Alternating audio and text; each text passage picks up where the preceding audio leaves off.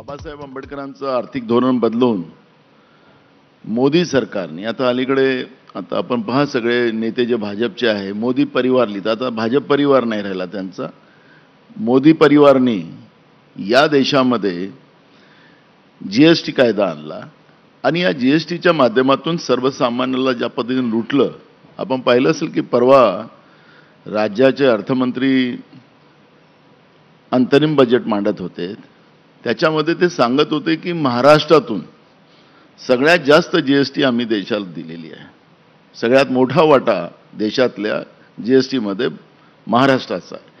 म्हणजे महाराष्ट्राला लुटून देशातल्या सर्वसामान्याला बिचारा भिकारी असेल त्यालाही जीएसटी द्यावं लागतं, असा जीएसटीचा कायदा आणून मोदी सरकारने या देशाच्या सर्वसामान्याला लुटलं, बेरोजगारी मोठ्या प्रमाणात वाढवली आणि शेतकरी ही व्यवस्थाच संपवली।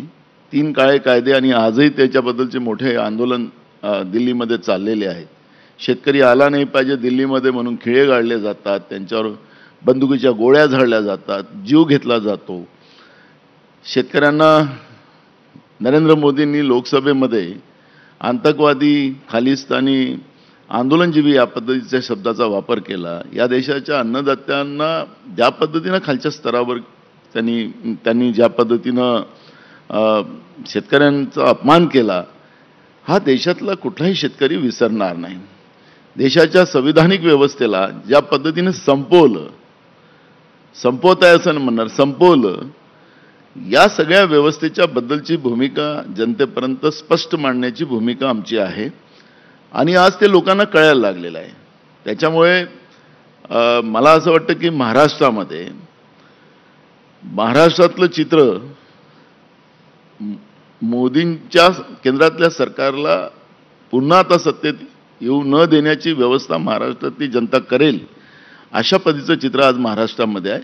महाविकास आघाडी म्हणून आम्ही ज्या पद्धतीनं महाराष्ट्रामध्ये आमची जी रणनीती चाललेली आहे त्या रणनीतीच्या आधारावर आणि महाराष्ट्राला पुन्हा गतवैभव, कारण की महाराष्ट्राचं गतवैभव काय तर शाहू फुले आंबेडकर विचारसरणी जी महाराष्ट्रातली आहे, छत्रपती शिवाजी महाराजांची जी विचारसरणी आहे ती भाजप आणि मोदी सरकारने तिला संपुष्टात आणण्याचं पावलावर, म्हणजे आरोप नाही करत आहे मी, आपण पाहिलं की तत्कालीन राज्यपाल भगतसिंग कोश्यारी यांनी ज्या पद्धतीनं सावित्री आईचा अपमान केला,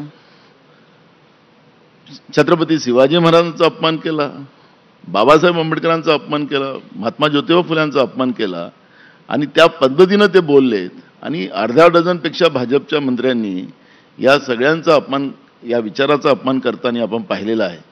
त्याच्यामुळे महाराष्ट्रातलं एकदम स्पष्ट चित्र आहे की पुन्हा शाहू फुले आंबेडकर विचार हा कायम रुजला पाहिजे आणि त्या पद्धतीची आज महाराष्ट्रामध्ये आहे। आमचं त्याच्यासाठी महाराष्ट्रासाठी येणाऱ्या काळातलं विजनही आमचं तयार आहे आणि त्या पद्धतीनं आम्ही लोकांसमोर मांडू। पण हे विजन इम्प्लिमेंट करण्यासाठी अर्थात सत्ता येणं गरजेचं आहे, त्यासाठीची